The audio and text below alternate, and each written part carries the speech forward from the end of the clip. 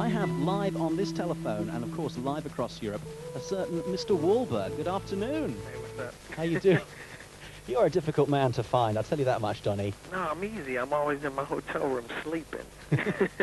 And getting through to that room is half the battle. That's the problem, getting through to it. We lost you on Friday. We almost lost you today, but I gathered that you nearly caught up with us last week when you were watching on the air.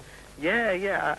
I felt bad because I noticed you talking about the contest and stuff, and you were like, well, maybe we'll talk to one of the kids. Maybe the winners of the contest will meet one of the kids. I was like, what's this maybe stuff? I said, man, I gotta get on this show right now because I don't like this maybe talk. It made me feel like a prima donna or something like that, and I didn't want to feel like that. So I said, I got to get on the air and do this.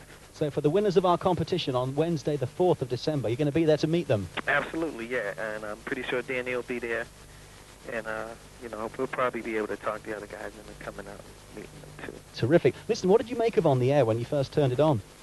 I thought it was different. I watched the show a few times, so, I mean, it's not like I don't like it, but I just thought it was unusual to have a phone-in talk show on TV where you don't see the guests and you don't see the host, but you hear their voices. It's like a radio show on television, but it works, so it's cool. They keep us well hidden, you see, here. Right.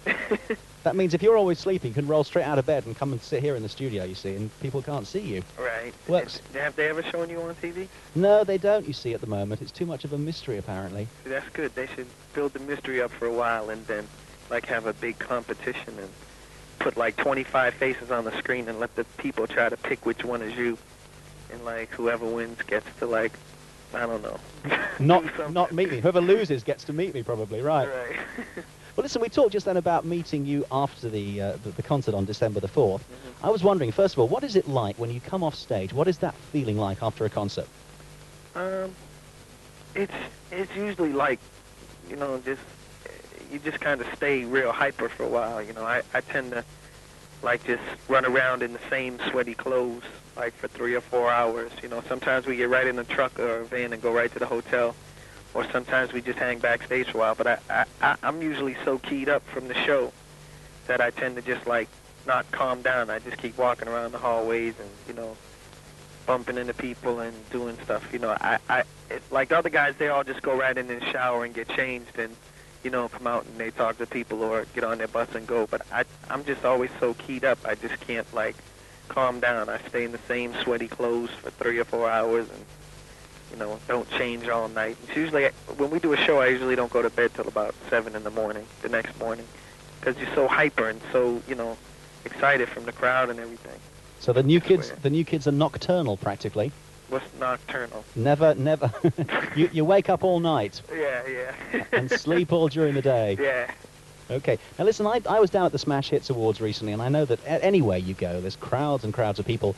The fans that follow you around, that turn up at the hotels, the concerts, how close can you really get to them?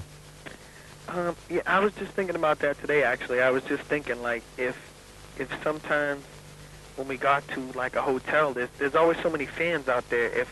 If every now and then they would just stay out there and be calm, and just stay real calm, we could probably go out there and meet a few, because I do that a lot in the States. I'll go down to the hotel lobby at about midnight and meet all the fans that are down there. There'll be 300 fans in the lobby and stuff. But over here, they get so hyper that, if you go down to the lobby or something to meet them, they're going to, take all your clothes off and scratch you all up and everything. So it's just, sometimes I just wish they would understand that if they're calm, it makes it more possible for us to go up to them and approach them and be nice to them and thank them for, standing out in the cold to wait for us and stuff like that. I actually saw in the press, talking of that, a couple of days ago about stories where there were some quite big crushes during your concerts as well. That must be quite a worry. It's weird, I think it's hard to say that we got used to it, but kind of in a way we did. I mean, when that first started happening at our shows a couple of years ago, we would see all the people getting pulled out of the crowd, they'd be unconscious and stuff like that, and we'd be on stage and damn, these people are dying out here and everything.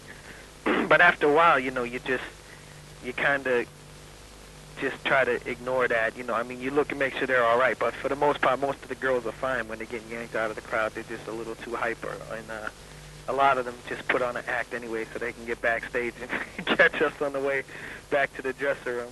I mean, you'll see them all in the cots getting looked after by the nurses and the doctors and stuff, and when you walk by, suddenly they're not out cold anymore. They jump up and chase you down the hallway and stuff like that. A miracle recovery. Yeah, exactly. Okay, then what about life in general? I mean, take us back in time to before you were part of the New Kids on the Block, and then you look at yourself now with the fame and the money and the change of lifestyle. How does it feel?